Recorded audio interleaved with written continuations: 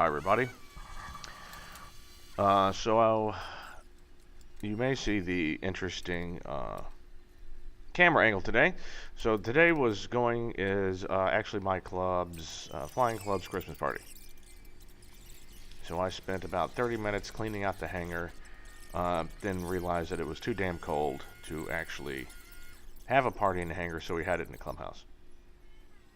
So I put up this camera because I was going to record some party times, and anyway. So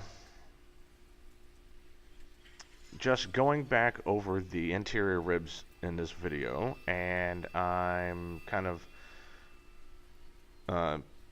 just sealing in any holes and dabbling on the tops of the rest of the rivets.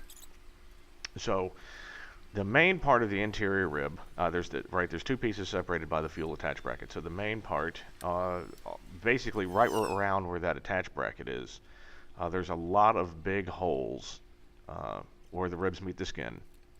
Because of where the flanges were bent, and you have to basically cut a relief hole in the rib itself. You can't just have flanges all right next to each other. It causes a lot of stress, and that's fine, but it just leaves big holes. And I mean gaping holes. So tank sealant to the rescue. I don't suspect that. I'm pretty sure it's going to be like at least a quarter of an inch to a little bit more than that. Oh wait, here I am doing the sweeping now. So yeah, I mean, this stuff is durable. I may have shared this story. I read the forums voraciously about building because it's what I love. And one of the things is about tank sealant. And people have found rivets in their wings that they thought were rivets when they were having. So let's say you had a bad leak, and they had to open up the tank, and when they did, they found that holy crap. This rivet over here wasn't even being held together with a rivet. It was just tank sealant.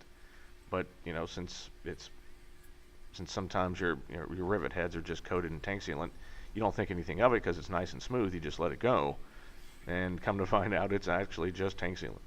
So that's how strong this stuff is.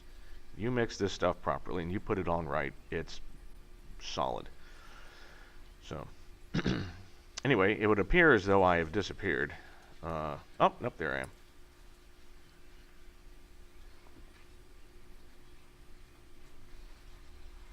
Yeah, this is one thrilling video.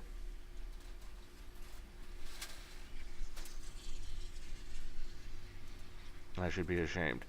So, let's see. So yeah, now that that's all tanked in, the only thing I had left to do is insert the fuel sender. At that point, once I insert the fuel sender, basically the tank will be put together except for the baffling.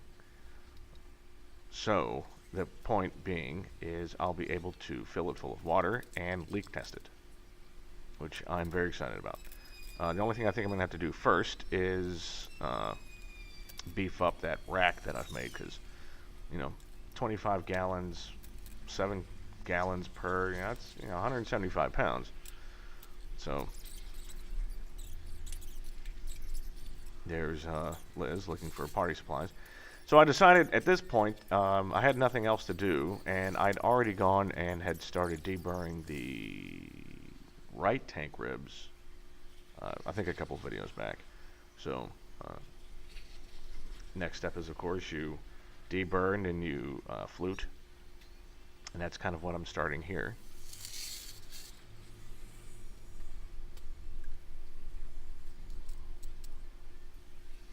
While I enjoy some fake crab.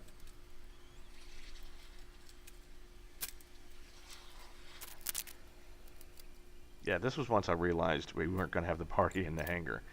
There was no reason to keep that there. So doing a little bit of the prep on the main right inboard rib, you have to use a nice step drill.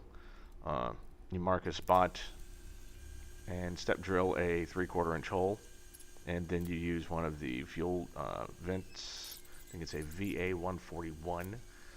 You kind of clamp that in place and use that as a guide, and then number 30 drill the holes around it. Here I'm using our bench press with the number 40 to do all of the drilling around the ribs for the number 40 holes.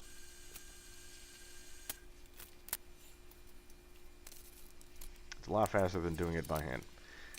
And there's the VA-141 I was talking about to do the holes. So anyway, just doing this, and then attend the party, and I get